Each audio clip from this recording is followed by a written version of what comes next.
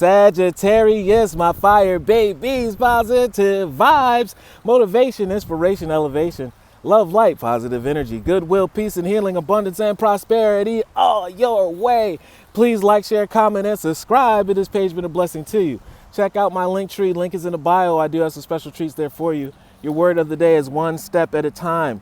No matter if it's one day at a time, 1 minute, 1 hour, 1 second at a time. If it's a small step, medium step, or huge step, continue to move forward. Do not focus on your destination because it'll feel like it's so far away, and it'll make it seem as if the time is slowing down. Stay in the present. Lamp it to your feet, lie into your path. Look at where you're stepping and perfect your steps. And in no time, when you look up, you'll be over that mountain. You'll be in your goal, in your promised land, and in your blessing. I see the mountain ahead, and I'm dedicating to taking one step at a time. I make progress by staying focused on the present moment, the current task, and I complete it. Thus, I regain my ease of living. Make it easy because it is easy. Life is simple. What makes it difficult are a mixture of our wants when we should be working and putting in that right energy to build. Love one another. Be kind to one another. Love yourself. I love you too.